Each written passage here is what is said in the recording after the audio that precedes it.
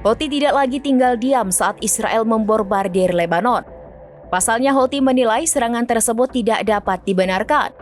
Houthi pun berjanji akan memantau serangan Israel ke Lebanon. Dikutip dari tribunnews.com, hal itu disampaikan pemimpin Houthi Abdul Malik al-Houthi dalam pidatonya pada Minggu 23 Maret. Ia menegaskan posisi Yaman yang tegas berprinsip mendukung Hizbullah dan rakyat Lebanon. Oleh sebab itu, Houthi akan melihat setiap perkembangan besar atau eskalasi Israel yang komprehensif. Sementara Abdul Malik mengklaim Houthi tidak akan tinggal diam saat Zionis terus menyerang Lebanon. Dalam pidatonya pun Abdul Malik memberikan pernyataan yang memberi ketenangan kepada rakyat Lebanon. Pasalnya, ia menyatakan Houthi akan terus berada di pihak Lebanon sehingga mereka tidak sendirian. Yaman diklaim bersiap dalam kondisi apapun termasuk melakukan intervensi ke Zionis.